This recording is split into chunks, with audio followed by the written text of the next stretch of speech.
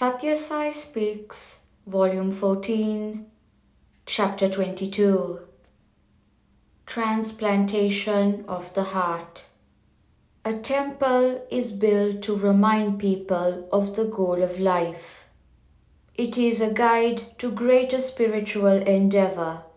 It is a step towards the Almighty. It is a warning against the vain pursuits after sensual pleasures.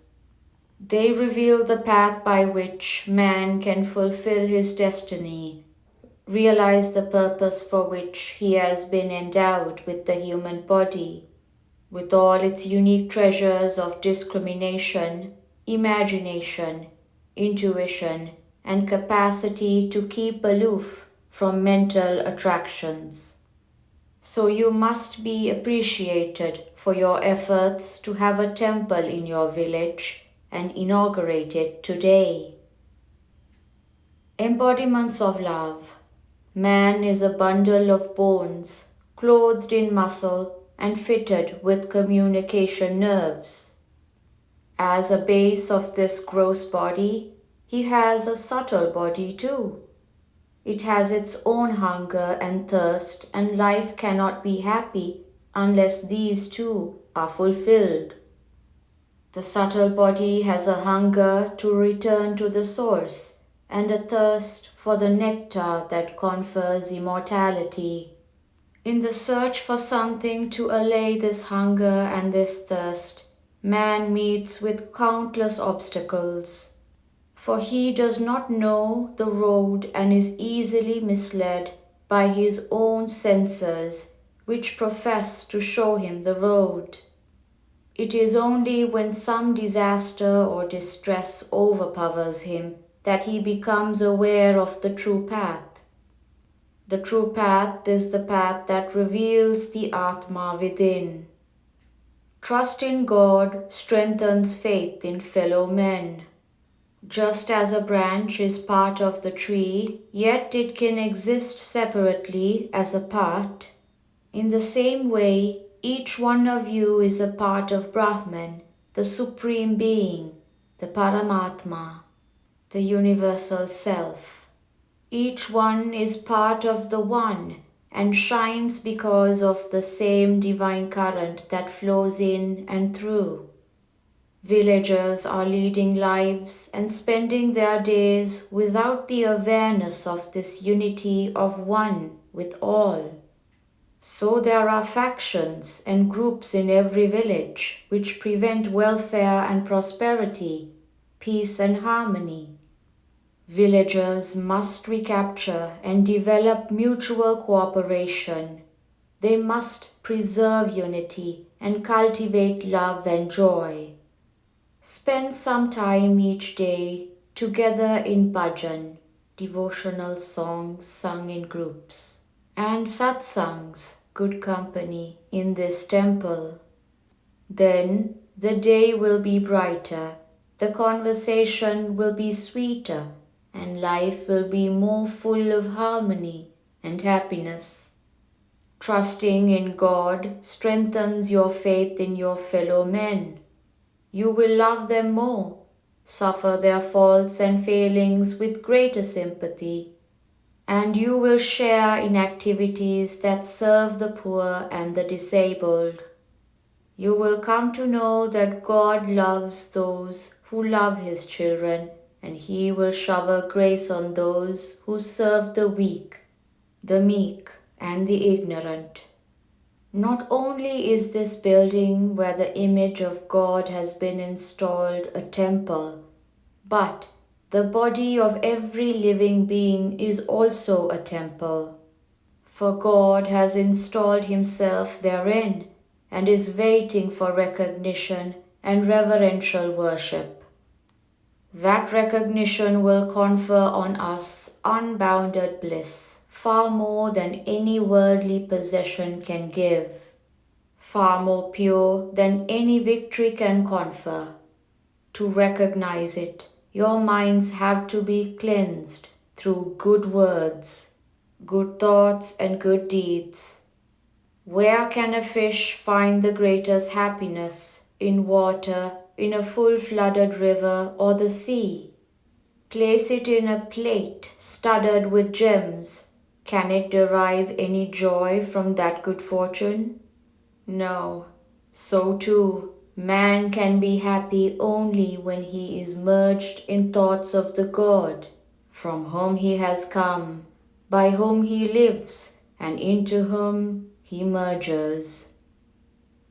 A temple is essential for a living village.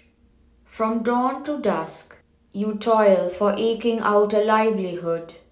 I am asking you to devote at least 10 minutes a day to join in satsang, to meditate on the glory of God who watches over us, and to decide, in consultation with our brothers, the best way to promote prosperity and unity.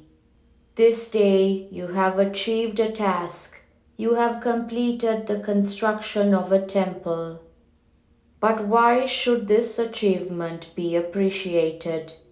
For just as a heart is essential for a living being, a temple is essential for a living village.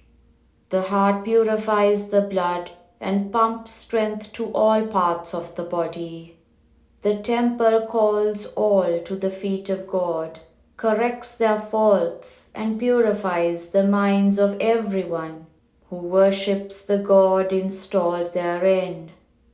I advise you to gather here in the evening after the day's toil. Sing some bhajan songs and enjoy yourselves in namasmarana. This is the best and easiest sadhana in this age of anxiety and fear, this Kali Yuga, Iron Age, of wickedness and vice. Ignore and destroy divisive tendencies. Do not run to the officers of the government for every little petty problem. Try to be self-reliant as possible. Endeavor to stand on your own feet. Be industrious. Be efficient and enthusiastic in the work that has come to you as your share in life. God has provided 2 hands for every stomach. If those hands work assiduously and intelligently, they can, without a doubt, fill that little stomach. But the trouble is, we are loath to work. We welcome every chance to talk and teach, but speech cannot fill the hungry stomach. Work, work. Dedicated work, intelligent work, that is what is needed. Work unitedly. Our villagers are broken into factions and parties. They are not aware of the vast possibilities of unity. If you meditate every day on God as the inner core, the real flame of love, power, and wisdom in each inhabitant of the village, man, woman, and child, high and low, rich and poor, learned and illiterate, then you will not emphasize the differences and quarrel. Then angry, envy, and hatred cannot enter your broad heart. Love will be the only quality welcomed therein and emanating therefrom. I advise you, therefore, to ignore and destroy any such divisive tendencies in your heart. The name of God is like an overhanging branch, which a man falling down a precipice can grasp in order to be saved. So in each part of the village have these satsangs and carry on bhajan in this temple every day in the evening hours. This day should mark a new era in this village. Welcome all improvements and facilities that may accrue to your village, but more than all, develop mutual trust, mutual cooperation, and joint effort based on love and reverence to all. Be assured that the more you cultivate these qualities, the greater the shower of grace, that the omnipresent God will bless you with. Nagar, Kurnool, March 30th, 1979. If Mati, intellect, is reformed, that is to say, if one's impulses are transmuted, then one's Mata, religion, is praiseworthy. Otherwise, if one obeys the whims of an untutored mind, its religion is bound to be a source of evil. We have to pay attention to the plans that intelligence dictates, not the external signs of orthodoxy. A person may appear strictly orthodox, but his heart may be filled with the poison of hatred and envy. Has he realized that God is the God of all, that He is present in every being? God is the unseen, ever-present, immanent energy in all things. This has to be realized by every aspirant, or else his aspiration can never be fulfilled. Reasoning by itself will lead one to this conclusion of the unity of all matter and of all energy. Sri Sathya Sai Baba.